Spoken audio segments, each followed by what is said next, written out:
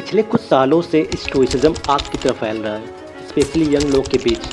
और हर सक्सेसफुल आदमी स्टोइसिज्म की प्रैक्टिस कर रहा है। Stoicism gives me the tools to be like, well, there's no use in thinking and obsessing about that because I can't control what's going to happen in the future. Stoicism has spread like wildfire. By the way, I would love to be a Stoic, on the record. They're all Stoic. Stoicism. तो क्या है stoicism, जो 300 BC पहले शुरू हुई थी और आज भी मॉडर्न डे में उतनी ही रेलेवेंट और पॉपुलर है? So let's talk about it.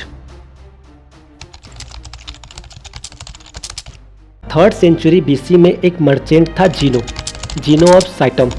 एक दिन वो अपने सामान को बेचने एथेंस जा रहे होते हैं, जो एक एंशिएंट ग्रीस सिटी स्टेट था। पर रास्ते में ही तूफान के कारण उनका शिप डिस्ट्रॉय हो जाता है और सारा का सारा सामान डूब जाता है। पर जीनो किसी तरह से वहाँ से बचकर निकल जाते हैं और एथेंस पहुँचते हैं।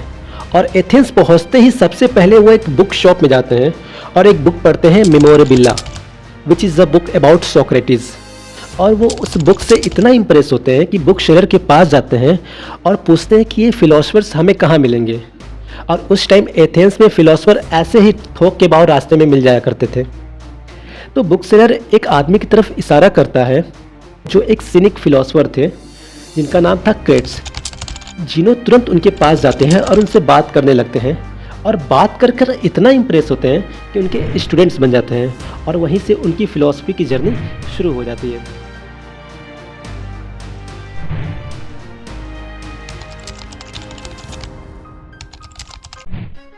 एथेंस में एक जगह थी जिसे पेंटेड पोर्च कहा जाता था, जहाँ से काफ़ी लोग गुजरते थे, और जीनो वहीं पर बैठकर किसी भी गुजरते हुए रैंडम पर्सन से फ़िलॉसफी डिस्कस करना शुरू कर देते थे।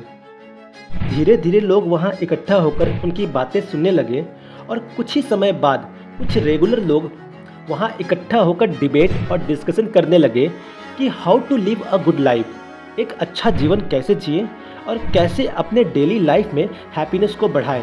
और यही लोग आगे चलकर कहलाए सबसे पहले स्टोइक्स, और जीनो द्वारा फाउंड होता है stoicism, the school of philosophy. Stoicism के 4 फंडामेंटल वर्च्यू हैं जिसे स्टोइक प्रैक्टिस करते हैं: wisdom, courage, temperance, self control and justice. Wisdom, Marcus Aurelius के इस कोट को ध्यान से पढ़ो। You have power over your mind, not outside event. Realize this and you will find the great strength. Stoics ये believe करते हैं कि बिना लॉजिक के एक वर्चुअस लाइफ पॉसिबल ही नहीं है, क्योंकि जब एक आदमी लॉजिकली सोच नहीं सकता तो वो कैसे डिफ्रेंशिएट करेगा कि क्या सच है क्या झूठ, क्या सही क्या गलत, और क्या रियल क्या बनावटी। और विजडम यही है कि ये जानना कि क्या तुम्हारे कंट्रोल में है, क्या तुम्हारे कंट्रोल में नहीं।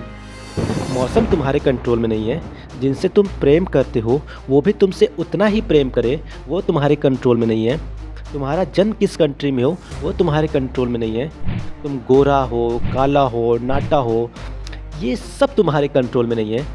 सो देखा जाए तो दुनिया में कुछ भी हमारे कंट्रोल में नहीं है, अपने माइंड को छोड़कर। एरिस्टोटल का ये कोट ध्यान से पढ़ो। The highest risk was death and the most courageous man was the one that acted fearlessly in the face of death. Stoics कहते हैं कि ऐसा नहीं है कि एक करेजियस मैन को डर नहीं लगता या कम डर लगता है एक डरपोक इंसान की तुलना में। अंतर बस इतना ही होता है कि करेजियस मैन बिना ब्लेम किए एक्ट करता है और कावर्ड इंसान दूसरों को ब्लेम करता है। और ऐसा भी नहीं है कि स्टोइक्स लाइफ के एक्सट्रीम प्रॉब्लम से परिचित नहीं थे। ये सेनेका का कोट देखो, Sometimes even living is an act of courage. Victor Frankl, जो एक ज्यूस थे, अपनी बुक सर्च फॉर मीनिंग में बताते हैं कि कैसे उनकी पूरी फैमिली होलोकास्ट में मारी गई 2nd वर्ल्ड वॉर के दौरान, और कैसे हिटलर ने उनको भी नाजी कंसंट्रेशन कैंप में बंद कर दिया गया था, जहां उनसे उनका सारा सामान ले लिया गया, उनको टकला करके उनके हाथ पे सीरियल नंबर चिपका दिया गया था, उनसे कंसंट्रेशन कैंप में लैट्रिन साफ कराया जाता था, और एक बहुत सी छोटी सी जगह पर सारे लोग एक दूसरे के ऊपर भेड़ बकरियों की तरह सोया करते थे, और गलती से भी एक मिस्टेक होने पर उन पे कोड़ों की बरसात हो जाया करती थी। जब वो कैंप से बाहर आए तो उन्होंने अपनी बुक सर्च फॉर मीनिंग में लिखते हैं, Everything can be taken from a man, but one thing, the last of the human freedoms, to choose one's attitude in any given circumstances. That's it guys. अगर यहाँ तक आ गए हो तो please subscribe the channel and like this video, and will see you in next video. Thank you.